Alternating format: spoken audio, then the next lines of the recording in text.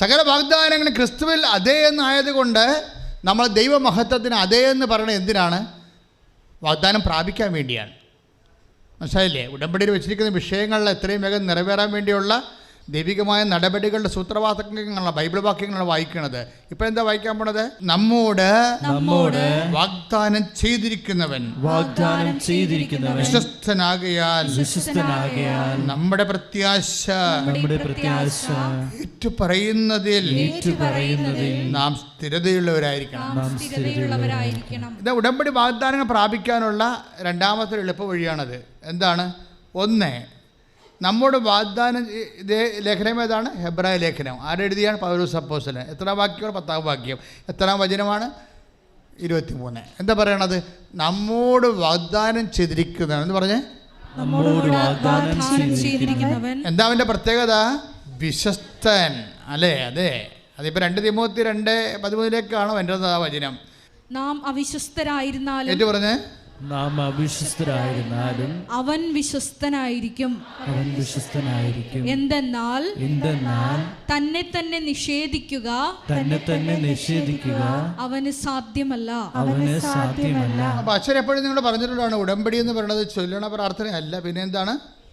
ചെയ്യുന്ന പ്രാർത്ഥനയാണ്. ഉടമ്പടിക്ക് വിശ്വാസമല്ല വേണ്ടത്, പിന്നെ എന്താണ്? വിശ്വസ്തതയാണ് വേണ്ടത്. എന്താണ് വിഷയം? വിശ്വസ്തതയാണ് പ്രോബ്ലം വരുന്നത്. ഉടമ്പടിയിൽ നമുക്ക് ഉപയോഗിക്കേണ്ടത്, അച്ഛൻ്റെ നമുക്കറിയാമല്ലോ, നമുക്ക് വണ്ടിയിൽ പെട്രോൾ ഉപയോഗിക്കുന്നു, വിമാനത്തിൽ ഏവിയേഷൻ ഓയിൽ ഉപയോഗിക്കുന്നു അല്ലേ? അതുപോലെ തന്നെ സാധാരണ നമ്മുടെ ജീവിതത്തിൻ്റെ ആവശ്യങ്ങൾക്കും പ്രാർത്ഥനകൾക്കും എല്ലാം നമ്മൾ ഉപയോഗിക്കുന്നത് വിശ്വാസമാണ്. പക്ഷേ ഹെവി ഡ്യൂട്ടി ആയിട്ടുള്ള കാര്യങ്ങൾ, ഇപ്പോൾ ഹെവി ഡ്യൂട്ടിയാണ്, വിപിൻ്റെ പ്രശ്നം ഹെവി ഡ്യൂട്ടിയാണ്. ഹെവി ഡ്യൂട്ടി ആയിട്ടുള്ള കാര്യങ്ങളൊക്കെ നമ്മുടെ വിശ്വാസം കൊണ്ട് പറ്റത്തില്ല. എന്താ പറ്റണത്? ഇവന് 20 അരിയറല്ലേ ഇല്ലേ? അത് എടുത്താൽ കൂട്ടിപ്പോയാൽ നിങ്ങൾക്ക് തോന്നണം, നിങ്ങൾ ബിയോട്ടിക്കാർ ഇതിൻ്റെ തുരുപ്പുണ്ടല്ലോ, നിങ്ങൾ കൂടിപ്പോയി എത്രണ്ണം കിട്ടാൻ പറ്റും? ഒരു 10,000 കിട്ടും, 10 കിട്ടും, കഷ്ടപ്പെട്ട് പിടിച്ച 10 കിട്ടുമായിരിക്കും. പിന്നെ 10 എഴുതാൻ വേറെ അടുത്ത സെമസ്റ്റർ നോക്കേണ്ടി വരും. പണിയായിരിക്കും ഇത്, പെട്ടുപോയാൽ പണിയാണ്. പക്ഷെ നീ പെട്ടുപോയാൽ പണിയാകാതിരിക്കാനാണ് നിനക്ക് അമ്മയെ തന്നിരിക്കുന്നത്. ഞാൻ എന്തുകൊണ്ടാണ് നിങ്ങളോട് വിശ്വസ്തത, ഇപ്പോൾ 2 തിമോത്തി 2:13 നമ്മൾ വായിച്ചു. എന്താ വായിച്ചിരിക്കുന്നത്? നമ്മൾ അവിശ്വസ്തരായിരുന്നാലും ദൈവം വിശ്വസ്തനായിരിക്കും. പക്ഷേ അതുകൊണ്ട് നമുക്ക് വലിയ പ്രയോജനമില്ല. ദൈവം വിശ്വസ്തനാകുന്നത് കൊണ്ടേ എന്താ കാര്യം അറിയാമോ? ഇതിൻ്റെ ഒരു പ്രോബ്ലം അനുഗ്രഹവും, അച്ഛൻ നേരത്തെ പറഞ്ഞൊരു അനുഗ്രഹവും ആ അനുഗ്രഹം അനുഭവിക്കാനുള്ള യോഗ്യതയും 2 വിഷയമാണ്. മനസ്സിലായില്ലേ? അനുഗ്രഹം, ഇപ്പം നിങ്ങളൊരു മിഠായി കഴിക്കുന്നു, അല്ലെങ്കിൽ നിങ്ങളൊരു ചോറ്, നിങ്ങൾക്ക് ഇഷ്ടപ്പെട്ട കറിയും കൂട്ടി നിങ്ങൾ ചോറുണ്ണാമെന്ന് വിചാരിച്ചോ. അപ്പോൾ നിങ്ങൾക്ക് ഇഷ്ടപ്പെട്ട കറി എന്ന് പറയുമ്പോൾ അമ്മ നമുക്ക് വെച്ച് തന്നിട്ടുള്ള പണ്ട് പോലെ നമുക്ക് ടേസ്റ്റ് നമ്മുടെ ബ്രെയിനിൽ സേവ് ചെയ്തതാണ്. രുചിയൊക്കെ ഒരു ഇൻ്റലക്ച്വൽ സങ്കല്പമാണല്ലോ. രുചി അതിൽ തന്നെ രുചിയല്ലല്ലോ, അതൊരു നമുക്ക് പണ്ട് സേവ് ചെയ്ത സംഭവങ്ങൾ വീണ്ടും കിട്ടുമ്പോൾ സ്വാഭാവിക ബുദ്ധി അത് ഡിക്റ്റേറ്റ് ചെയ്യുന്നത്. നമ്മൾക്ക് സ്യൂട്ടബിളായ രീതിയിൽ നമ്മളോട് ബുദ്ധി പ്രതികരിക്കുന്നു. അപ്പോൾ നമുക്ക് ഇഷ്ടപ്പെടുന്നു, അതാണ് സാധനം ശരിക്കും പറഞ്ഞാൽ. അപ്പോൾ അത് ആ പ്രോസസ്സ് എന്ത്, രുചിയുടെ പ്രോസസ്സ് എന്ത് തന്നെയായാലും പിന്നെ നാക്കിന് രുചി ഉണ്ടാക്കാൻ പറ്റത്തില്ല. അതിന് രസന എന്ന് പറയുന്ന ഒരു ടേസ്റ്റ് ബഡ്സൊക്കെ ഉണ്ടെങ്കിലും ഇവന് സെൻസ് ചെയ്യാനേ പറ്റത്തുള്ളൂ. ഇതിൻ്റെ രുചി, രസം നമുക്ക് നൽകേണ്ടത് ബുദ്ധിയല്ലേ? കാര്യം ഇതിൻ്റെ വ്യത്യസ്തങ്ങളായ രസങ്ങൾ സേവ് ചെയ്തിരിക്കുന്നത് ബുദ്ധിയിലല്ലേ? അപ്പോൾ അതുകൊണ്ട് തലച്ചോറിലാണ് ചെയ്തിരിക്കുന്നത്. അപ്പോൾ ഇങ്ങനെയൊക്കെയാണ് ബുദ്ധിയുടെ ഒരു പ്രക്രിയ. എങ്കിലും ചില സമയത്ത് നമ്മൾക്ക് അമ്മ വെച്ച് തന്നത് തന്നെ ടേസ്റ്റിൽ നമ്മൾ ചിലപ്പോൾ ഊണ് കഴിച്ചാലും നമുക്ക് ആ ടേസ്റ്റ് ഫീൽ ചെയ്യത്തില്ല. എന്തുകൊണ്ടായിരിക്കും? നമുക്ക് വല്ല പനിയോ വല്ലതും ഉള്ളതുകൊണ്ടായിരിക്കും. ഇല്ലേ? മനസ്സിലായില്ലേ? അല്ലേ? പനി വന്നു കഴിഞ്ഞാൽ ആഹാരങ്ങൾക്കൊന്നും രുചി ഉണ്ടാകത്തില്ല. ഇതുപോലെയാണ് വിശ്വസ്തത നമുക്കില്ലെങ്കിലും ദൈവം വിശ്വസ്തനായത് കാരണം നമുക്ക് ഇതിൻ്റെ ഡൗൺലോഡ് ചെയ്ത് തരും, അനുഗ്രഹം കിട്ടും. പക്ഷേ അനുഗ്രഹം കിട്ടണമല്ല പ്രശ്നം, അത് അനുഭവിക്കാനുള്ള യോഗ്യത ഒരു പ്രശ്നമാണ്. ചില ആൾക്കാർ ഈ 50 കൊല്ലം ജോലി എടുത്തിട്ടും അവസാനം കയ്യിലൊന്നും ഇല്ലായിരിക്കണം. എന്തുകൊണ്ടാണ്? 50 കൊല്ലം ജോലി എടുത്തിട്ടില്ലേ? സർക്കാരിൽ 55-ാമത്തെ 58-ാമത്തെ വയസ്സിൽ റിട്ടയർ ചെയ്യുമ്പോൾ അവരുടെ കയ്യിലില്ല ഒന്നും. അവർക്ക് തന്നെ അറിയാൻ പറ്റില്ല പൈസ എങ്ങോട്ടൊക്കെ പോയെന്നൊരു പിടിയില്ല, സംരക്ഷണമില്ല അതിന്. നിങ്ങൾ വിശ്വസ്തത എന്ന് പറയുമ്പോൾ ഒരു പ്രൊട്ടക്ഷൻ അതിൻ്റെ അകത്തുണ്ട് കേട്ടോ. അതെപ്പോഴും നിങ്ങൾ ശ്രദ്ധിക്കണം. ആൾക്കാർക്ക് മിസ് ചെയ്യുന്നൊരു പോയിൻ്റാണ്. നിങ്ങൾക്ക് ഇപ്പം നിങ്ങൾക്ക് ജോലി, വീട്, വിവാഹം, വസ്തു വിൽപ്പന, ഇങ്ങനെയുള്ള ഓരോ കാര്യങ്ങൾ, അല്ലെങ്കിൽ നിങ്ങളുടെ ബിസിനസ്സിൻ്റെ വിജയം, അല്ലെങ്കിൽ നിങ്ങളുടെ PR, അല്ലെങ്കിൽ പ്രൊമോഷൻ, ഇങ്ങനെ ഓരോ ഭൗതികമായിട്ടുള്ള ആനുകൂല്യങ്ങൾ കിട്ടിക്കഴിയുമ്പോൾ സ്വാഭാവികമായിട്ട് നിങ്ങൾക്ക് പറഞ്ഞു, അത് പ്രാർത്ഥിക്കാതെ കിട്ടിയല്ലോ, എനിക്ക് പ്രാർത്ഥിച്ച് തന്നെ കിട്ടിയത്. ഇതുമായിട്ട് കണക്ട് ചെയ്യുമ്പോൾ നമുക്ക് ചില സമയത്തൊക്കെ കുറച്ച് എവിടെയെങ്കിലും ലിങ്കൊക്കെ പോകും. പക്ഷേ ലിങ്ക് പോകാത്തൊരു സംഭവമുണ്ട്. എന്താ കാര്യം? നമ്മൾ ദൈവത്തിൻ്റെ കയ്യിൽ നിന്നാണ് ഒരു സംഭവം മേടിക്കണമെങ്കിൽ, എൻ്റെ അഭിപ്രായം എന്താണെന്നറിയാമോ? എൻ്റെ ഒരു സ്വഭാവത്തിൽ ഞാൻ ഈ കന്നഡ ഇങ്ങനെ ഊരണമെങ്കിൽ പോലും കർത്താവെ കന്നഡ ഊരണമെന്ന് മനസ്സിലെങ്കിലും ഞാൻ പറയും. എന്നുവെച്ചാൽ ഞാൻ സേവ് ചെയ്യും എല്ലാ കാര്യങ്ങളും. ദൈവാനുഭവത്തിൻ്റെ ഏറ്റവും വലിയൊരു വഴി അതാണ്. നമുക്ക് ചെയ്യാവുന്ന നിസ്സാരമായ ഒരു കച്ചിത്തുരുമ്പ് പൊക്കണത് പോലും കർത്താവിൻ്റെ കരുണയ്ക്ക് വേണ്ടി സമർപ്പിച്ചുകൊണ്ട് വിനയപ്പെട്ട് സമർപ്പിക്കണം. ഇത് എൻ്റെ ഉദ്ദേശം എന്ന് വെച്ച് കഴിഞ്ഞാൽ ഇതൊരു സംരക്ഷണത്തിൻ്റെ സൂത്രവാക്യമാണ്.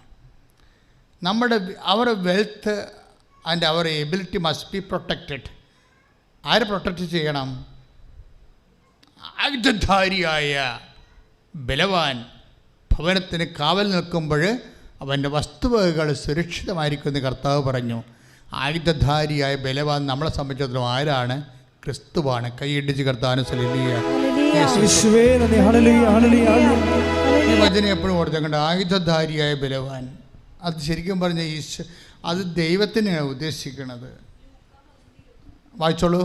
ലൂക്ക 11:21. ശക്തൻ ആയുധധാരിയായി തൻ്റെ കൊട്ടാരത്തിന് കാവൽ നിൽക്കുമ്പോൾ അവൻ്റെ വസ്തുക്കൾ സുരക്ഷിതമാണ്. Praise the Lord. ഈ ശക്തൻ ദൈവമാണ്. ദൈവത്തെ കൊണ്ട് നിൻ്റെ ജീവിതത്തിന് സുരക്ഷിതത്വം ഉണ്ടാക്കണം, കാവൽ നിർത്തണം. ഇതിന് ഫിഡലിറ്റിയുടെ ഒരു ഇഫക്റ്റാണത്. അതുകൊണ്ടാണ് why I am promoting fidelity instead of faith. എന്തുകൊണ്ടാണ് ഞാൻ നിങ്ങൾക്ക് വിശ്വസ്തത പ്രൊമോട്ട് ചെയ്യാൻ കാരണം? അത് ഈ പ്രൊട്ടക്ഷൻ്റെ പ്രോബ്ലമാണ്. വിശ്വസ്തത. നമുക്ക് ജോലി കിട്ടിയാൽ മാത്രം പോരാ, ഭർത്താവിനെ ഭാര്യയോ കല്യാണം കെട്ടിയാൽ മാത്രം പോരാ, കുഞ്ഞുങ്ങളുണ്ടായാൽ മാത്രം പോരാ. ഇവരെല്ലാം നമുക്ക് ഉപയോഗപ്പെടണം, അനുഭവവേദ്യമാകണം. And blessings and experience of blessings is 2 കാര്യമാണത്. അതുകൊണ്ട് നമുക്ക് അനുഗ്രഹം കിട്ടണമല്ല പ്രശ്നം, അത് അനുഭവിക്കാനുള്ള യോഗ്യതയാണ് പ്രശ്നം. ഹെബ്രായർ 10:23 നമ്മൾ ധ്യാനിച്ചുകൊണ്ടിരിക്കുന്നത്. പറഞ്ഞ് നമ്മോട് വാഗ്ദാനം ചെയ്തിരിക്കുന്നവൻ വിശ്വസ്തനാകയാൽ നമ്മുടെ പ്രത്യാശ ഏറ്റു പറയുന്നതിൽ നാം സ്ഥിരതയുള്ളവരായിരിക്കണം. ഈ വിശ്വസ്തതയുടെ ഭാഗമാണ് സ്ഥിരത. മനസ്സിലായില്ലേ? അതായത് വളരെ പരിശുദ്ധാത്മാവ് ഒത്തിരി ഒരു സ്പ്ലെൻഡർ ഇൻ്റലിജൻറ്റിലാണിത് അഭിഷേകം പ്രകാരം എഴുതിയിരിക്കുന്നത്. ഒന്ന് ചിന്തിച്ച് നോക്കിയാൽ മക്കളെ, ഇറ്റ് ഇസ് വണ്ടർഫുൾ. എന്നൊക്കെ ഒന്ന് ഏറ്റവും പറഞ്ഞു, നമ്മോട് വാഗ്ദാനം ചെയ്തിരിക്കുന്നവൻ അവൻ ആരാണ്? വിശ്വസ്തൻ. അവൻ വിശ്വസ്തനാകയാൽ നമ്മുടെ പ്രത്യാശ ഏറ്റുപറയുന്നതിൽ നാം സ്ഥിരതയുള്ളവരായിരിക്കണം. അച്ഛൻ എപ്പോഴും പറയത്തില്ല, ബൈലാറ്ററൽ ആയിട്ടുള്ള ഫിഡലിറ്റിയാണ് വർക്കൗട്ട് ചെയ്യേണ്ടത്. ഉഭയകക്ഷി. ദൈവം വിശ്വസ്തനാണെങ്കിൽ നമ്മളും എന്താ പറയണത്? നമ്മളും പ്രത്യാശ ഏറ്റുപറയുന്നത് നമ്മളും സ്ഥിരതയുള്ളവരായിരിക്കണം. എന്ന് വെച്ചാൽ നമ്മളും വിശ്വസ്തരുള്ളവരായിരിക്കണമെന്ന്. അത് ബൈലാറ്ററൽ ഫിഡലിറ്റിയാണ്. ഉടമ്പടിയുടെ ഒരു ആത്മാവാണത്. എന്താണ്? ദൈവം വിശ്വസ്തനാണ്, അതുകൊണ്ട് നമ്മളും വിശ്വസ്തരായിരിക്കണം. ഈ വിശ്വസ്തതയാണ് എന്തിനാണ്? വിശ്വസ്തത എങ്ങനെയാണ് നമ്മൾ ഏറ്റുപറയണത്? വിശ്വസ്തത അല്ലെങ്കിൽ നമ്മൾ ദൈവത്തോട് കാണിക്കണ വിശ്വസ്തത വാക്കിലോ പ്രവൃത്തിയിലോ എന്തിനാണ് ലക്ഷ്യം വെക്കണത്?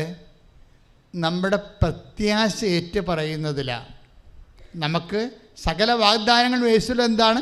അതേ തന്നെയാണ്, അല്ലേ? അതുകൊണ്ട് അതാണ് നമ്മുടെ പ്രത്യാശ. അത് ഏറ്റുപറയണം. ഏറ്റുപറയണം നമ്മൾ എന്ത് ചെയ്യണം? വിശ്വസ്തത കാണിക്കണം.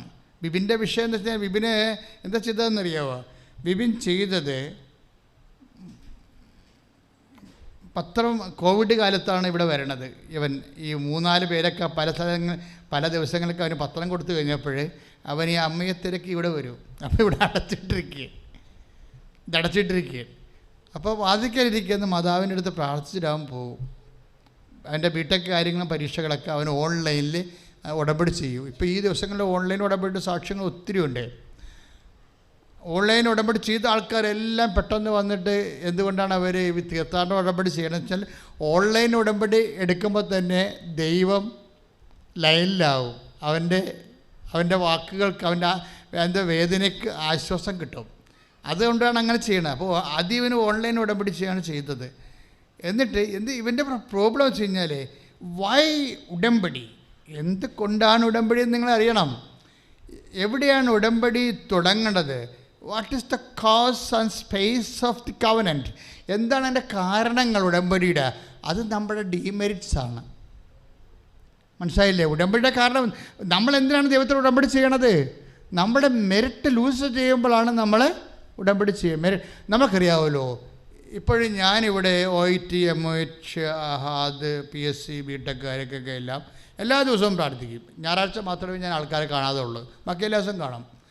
പക്ഷേ നിങ്ങൾ കാര്യം ചെയ്യണം, ഞാനിവിടെ ഉണ്ടോ ഇല്ലേ എന്ന് വിളിച്ച് നോക്കി ബുക്ക് ചെയ്ത് ഉറപ്പ് വരുത്തണം.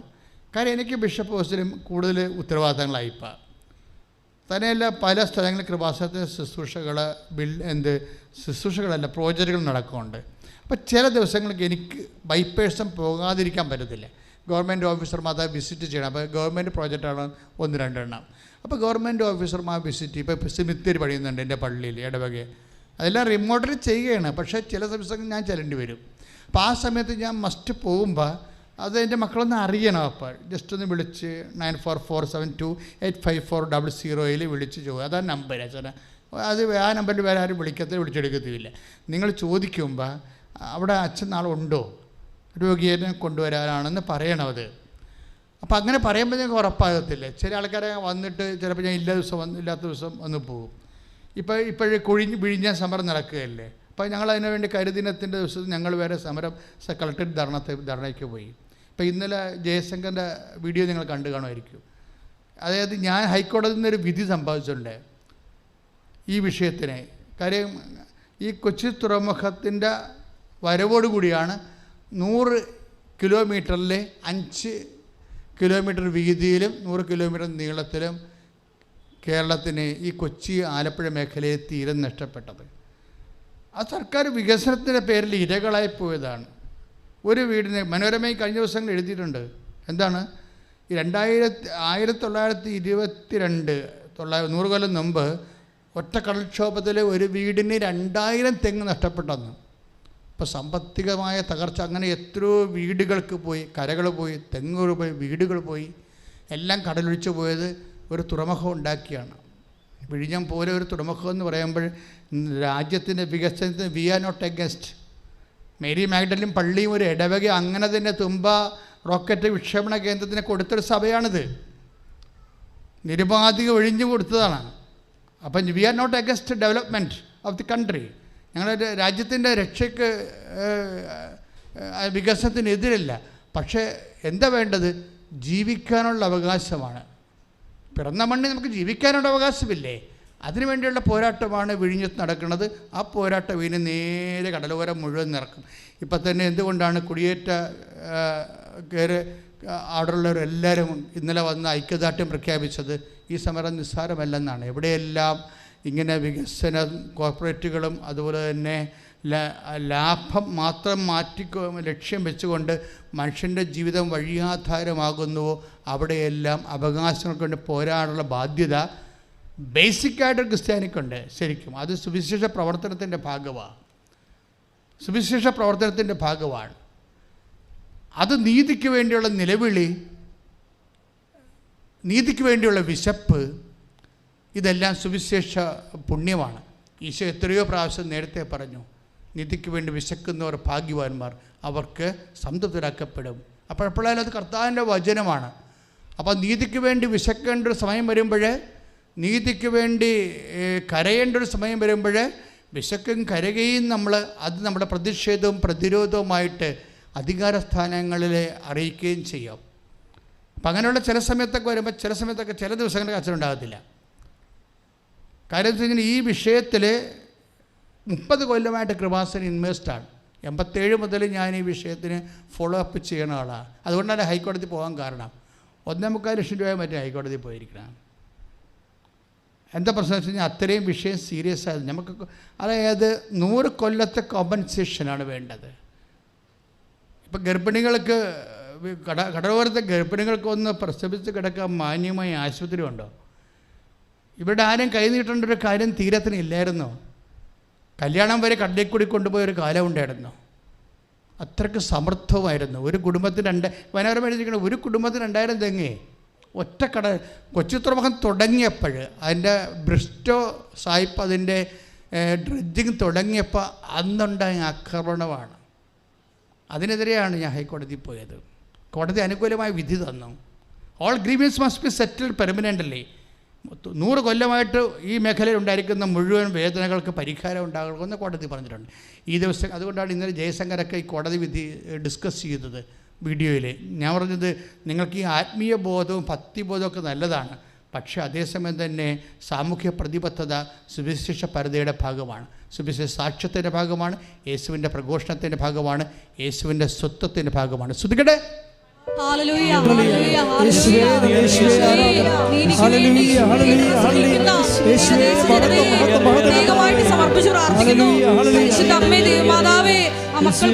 ഓരോ പ്രേക്ഷിത പ്രവർത്തനങ്ങളിലൂടെ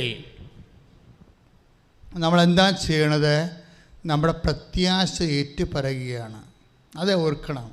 അല്ല ഞങ്ങൾ പറഞ്ഞ് നിങ്ങളോട് പ്രേക്ഷിത പ്രവർത്തനം ചെയ്യാൻ പറഞ്ഞു, ഇനിയിപ്പോൾ ഉടമ്പടിയുടെ ഭാഗമായിട്ട് അതും ചെയ്യണമല്ലോ എന്ന് വിചാരിച്ചുകൊണ്ട് മോന്തം കയറ്റി അളിഞ്ഞ മോന്തമായിട്ട് ഇങ്ങനെ ഒപ്പിച്ചെടുക്കരുത്. അത് പ്രേക്ഷിത പ്രവർത്തനം അല്ല. അത് ശരിക്കും പിന്നെ എന്താ, അത് നമ്മുടെ പ്രേക്ഷിത പ്രവർത്തനങ്ങൾ നമ്മുടെ പ്രത്യാശയുടെ ഭാഗമാണ്. ആരുടെ പ്രത്യാശ? ദൈവത്തിൻ്റെ വിശ്വസ്തതയിലുള്ള പ്രത്യാശ. ദൈവം എന്നോട് വിശ്വസ്തത കാണിക്കും. എൻ്റെ ജോലി, വീട്, വിവാഹം, ഞാൻ ഇന്ന് അനുഭവിക്കുന്ന എല്ലാവിധ അസമാധാനങ്ങളും, കോടതിയിലെ കേസ്, വിവാഹമോചനത്തിൻ്റെ കേസ്, വീട്ടിലുണ്ടാകുന്ന അലോക്യങ്ങളും, കുട്ടികളില്ലാത്ത അവസ്ഥകളും, കുട്ടികൾ ഉള്ളതിൻ്റെ അവസ്ഥകളും, ഇങ്ങനെ എൻ്റെ കണ്ണീരിൻ്റെ ഓരോ കാരണങ്ങൾക്കും ദൈവം ഇടപെടും. അതിന് അവൻ എന്നോട് വിശ്വസ്തത കാണിക്കും എന്നുള്ള എൻ്റെ പ്രത്യാശ. ആ പ്രത്യാശയാണ് ഹെബ്രായർ 10:23 പറയണത്. നമ്മോട് വാഗ്ദാനം ചെയ്തിരിക്കുന്ന വിശ്വസ്തനാകിയാൽ നമ്മുടെ പ്രത്യാശ ഏറ്റുപറയുന്നതിൽ നാം സ്ഥിരതയുള്ളവരായിരിക്കണം. അവൻ പറയണ പോലെ ചെയ്യുന്നതിൽ നമ്മൾ സ്ഥിരതയുള്ളവനായിരിക്കണം. അപ്പോൾ സ്വാഭാവികമായിട്ട് എന്താണ്, ദൈവമായിട്ടാണ് നമ്മളൊരു കക്ഷി. ഉടമ്പടിയിൽ എന്താ സംഭവിക്കണത്? നമ്മളൊരു കക്ഷി, ദൈവം ഒരു കക്ഷി, അല്ലേ? ദൈവത്തോട് ഉടമ്പടി ചെയ്യാൻ നമുക്ക് വല്ല യോഗ്യത ഉണ്ടോ? അതാണ് ഈ അച്ഛന്മാരൊക്കെ ആദ്യകാലങ്ങളിൽ, ചില അച്ഛന്മാരെ, എല്ലാ അച്ഛന്മാരും അല്ലേ, ഇപ്പോൾ സഭയ്ക്ക് മുഴുവൻ മനസ്സിലായി നല്ല പ്രാർത്ഥനയാണ്, ജനങ്ങളെ വിശുദ്ധീകരിക്കുന്നുണ്ട്, സുവിശേഷം സാക്ഷീകരിക്കുന്നുണ്ടെന്ന് മനസ്സിലായി. ഇപ്പം എനിക്ക് ആദ്യകാലം പോലുള്ള വിമർശനങ്ങളില്ല. പണ്ടെനിക്ക് എപ്പോഴും അച്ഛന്മാർ ഓരോരുത്തരൊക്കെ വാട്സപ്പിലൊക്കെ ഓരോ മെസ്സേജൊക്കെ വിടുമായിരുന്നു. ചില സമയത്തൊക്കെ എന്നെ പിതാവ് വിളിക്കുമായിരുന്നു, അതെന്താണ് ഇതെന്താണെന്നൊക്കെ ചോദിച്ചുകൊണ്ട്. പിതാവ് എന്നോട് പക്ഷേ എപ്പോഴും എന്നോട് വളരെ വാത്സല്യത്തോടെയും കാര്യങ്ങൾ മനസ്സിലാക്കിയും ഉപദേശം നിർദ്ദേശം നൽകി ചേർത്ത് നിർത്തുകയുള്ളൂ. എന്നാ പ്രശ്നം വെച്ച് കഴിഞ്ഞാൽ, ഈ എപ്പോഴും വരുന്നൊരു വിഷയം, ഇപ്പോൾ നമ്മൾക്ക് ഒരു വിഷയമുണ്ടായി. ഈ വിഷയം ചില സമയത്ത് നമ്മുടെ മെരിറ്റിൽ ഒതുങ്ങണതായിരിക്കുന്നത്. എന്തുകൊണ്ടാണ് നമ്മൾ ഉടമ്പടി ചെയ്യണത്? നമ്മൾക്കുണ്ടായിരുന്ന വിഷയം നമ്മുടെ മെരിറ്റിൽ ഒതുങ്ങാത്തപ്പോഴാണ് ഉടമ്പടി ചെയ്യണത്. നിങ്ങൾക്കറിയാമല്ലോ, മെറിറ്റ് എന്ന് പറഞ്ഞാൽ എന്താണ്? യോഗ്യത. ഗതികേട് കൊണ്ട് ഞാൻ ചില സമയത്ത് ഈ സാധനമൊക്കെ ഇംഗ്ലീഷ് ബൈബിൾ പഠിച്ചു വെച്ചിരിക്കുന്നത്, കാരണം ഇംഗ്ലീഷ് വാക്കാണ് പറയണത്. പക്ഷേ ചേച്ചിമാർക്ക് ചിലർക്ക് മെറിറ്റ് എന്താണെന്നൊക്കെ ഒന്നും അറിയാൻ പറ്റും. അച്ഛൻ ഇതിനെക്കുറിച്ചാണ് പറയണത് പോലെ അവർ അറിയും. അത് യോഗ്യത. ഒരു വിഷയം നടക്കണമെങ്കിൽ നിങ്ങളുടെ വീട് വെക്കുക, നിങ്ങൾക്ക് വിവാഹം കഴിക്കുക, നിങ്ങൾക്ക് കുഞ്ഞുങ്ങളുണ്ടാവുക, ജോലി കിട്ടുക, നിങ്ങൾക്ക് പ്രൊമോഷൻ കിട്ടുക, നിങ്ങൾ വിദേശത്തേക്ക് പോവുക, നിങ്ങളുടെ വിസ അടിച്ചു വരിക, ഇങ്ങനെ ഓരോ ഈവൻസിന് 2 കാര്യങ്ങൾ വേണം. എന്ത് വേണം? മെറിറ്റ് ആൻഡ് ഗ്രേസ് വേണം, അല്ലേ? അത് നമുക്ക് യോഗ്യത ഉണ്ടാകണം, പിന്നെ എന്താണ്? വരപ്രസാദം ഉണ്ടാകണം. പക്ഷെ ഒരു കുഴപ്പമുണ്ട്. എന്താ കുഴപ്പം? Why covenant? എന്തുകൊണ്ടാണ് കവനൻ്റ്? നമ്മൾക്ക് ചില സമയത്ത് മെറിറ്റിൽ ചില സമയത്ത് നമ്മൾക്ക് കുറവായിരിക്കും മെറിറ്റ്. മനസ്സിലായില്ലേ? അതാ പ്രശ്നം. ബിബിൻ്റെ പ്രശ്നം കണ്ടു. ബിബിൻ എന്താ പറയണത്? ബിബിൻ പറയണത് എനിക്ക് കുറേ ഇൻറ്റേർണൽ മാർക്ക് കുറവായിരുന്നു എന്നാണ് പറഞ്ഞത്. 20 പേപ്പർ എഴുതിയെടുക്കാനുണ്ട്. ബിടെക്കാർക്ക് മറ്റൊരു അക്കാഡമിഷ്യൻസൊക്കെ അറിയാൻ പറ്റിയത് എന്താ പറയണതെന്ന്. അതായത് ഇൻറ്റേർണൽ അസസ്മെൻ്റ് മാർക്കുണ്ടല്ലോ, അത് റെക്കോർഡിലൂടെ അല്ലെങ്കിൽ ഹോംവർക്കിലൂടെയൊക്കെ വരണ മാർക്കുകളാണ്. അതിവന് ഇല്ല, മെറിറ്റില്ലെന്നതിൻ്റെ അർത്ഥം. മനസ്സിലായില്ലേ? ഇൻറ്റേർണൽ മാർക്ക് ഇല്ലെന്നാണ് പറയണത് പല വിഷയങ്ങൾക്കും. പിന്നെ അതുകൊണ്ടാണ് അവന് ഹോപ്പില്ലാത്തത്. ഞാൻ എങ്ങനെ എന്ത് എഴുതാനാണ്? എനിക്ക് ഇൻറ്റേർണൽ അസസ്മെൻറ്റ് മാർക്കില്ലല്ലോ, ഇൻറ്റേർണൽ മാർക്കില്ലല്ലോ. പിന്നെ ഞാൻ എങ്ങനെയാണ് 20 പേപ്പർ എഴുതണത്? അമ്മയോട് പറഞ്ഞപ്പോൾ അമ്മ പറഞ്ഞു നീ എഴുതാൻ പറഞ്ഞെന്ന്. അതിൽ രസമാണ് അതൊരു സാക്ഷ്യം കേൾക്കാൻ. അവസാനം ഞാൻ എഴുതാൻ പോകാൻ ഞാനൊരു പണി ചെയ്ത് കുറേ പത്രം വാങ്ങിച്ചു ഓട്ടോറിക്ഷക്കാർക്ക് കൊടുത്തത്. എന്തിനാ? അപ്പം ഞങ്ങൾ ചോദിച്ചു എന്തിനാണ് നീ ഓട്ടോറിക്ഷക്ക് കൊടുത്തത്?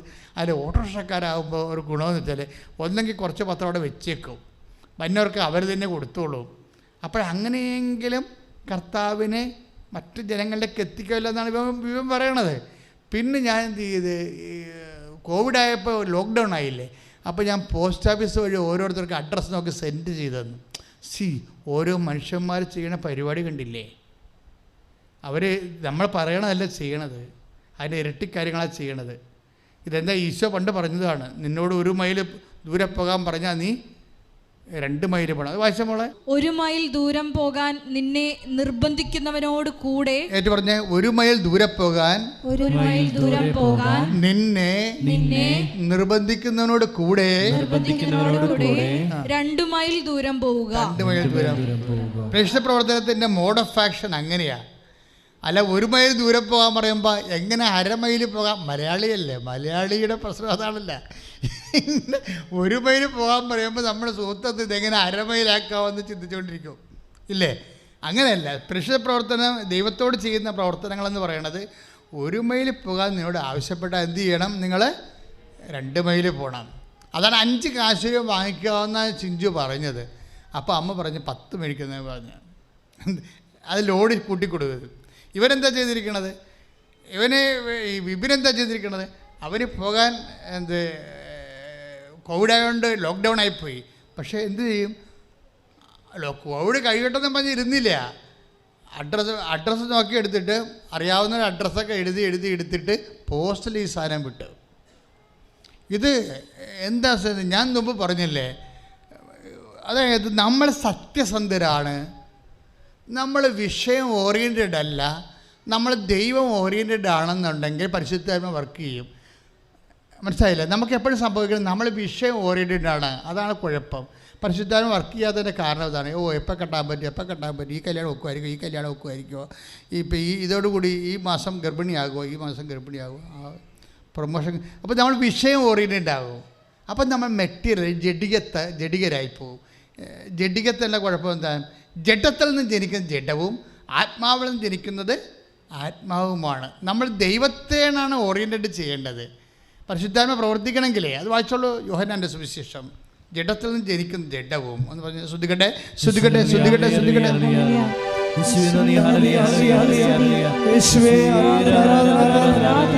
Hallelujah, hallelujah, hallelujah, hallelujah. Yeshua, Yeshua, Yeshua, Yeshua, hallelujah, hallelujah, hallelujah, hallelujah.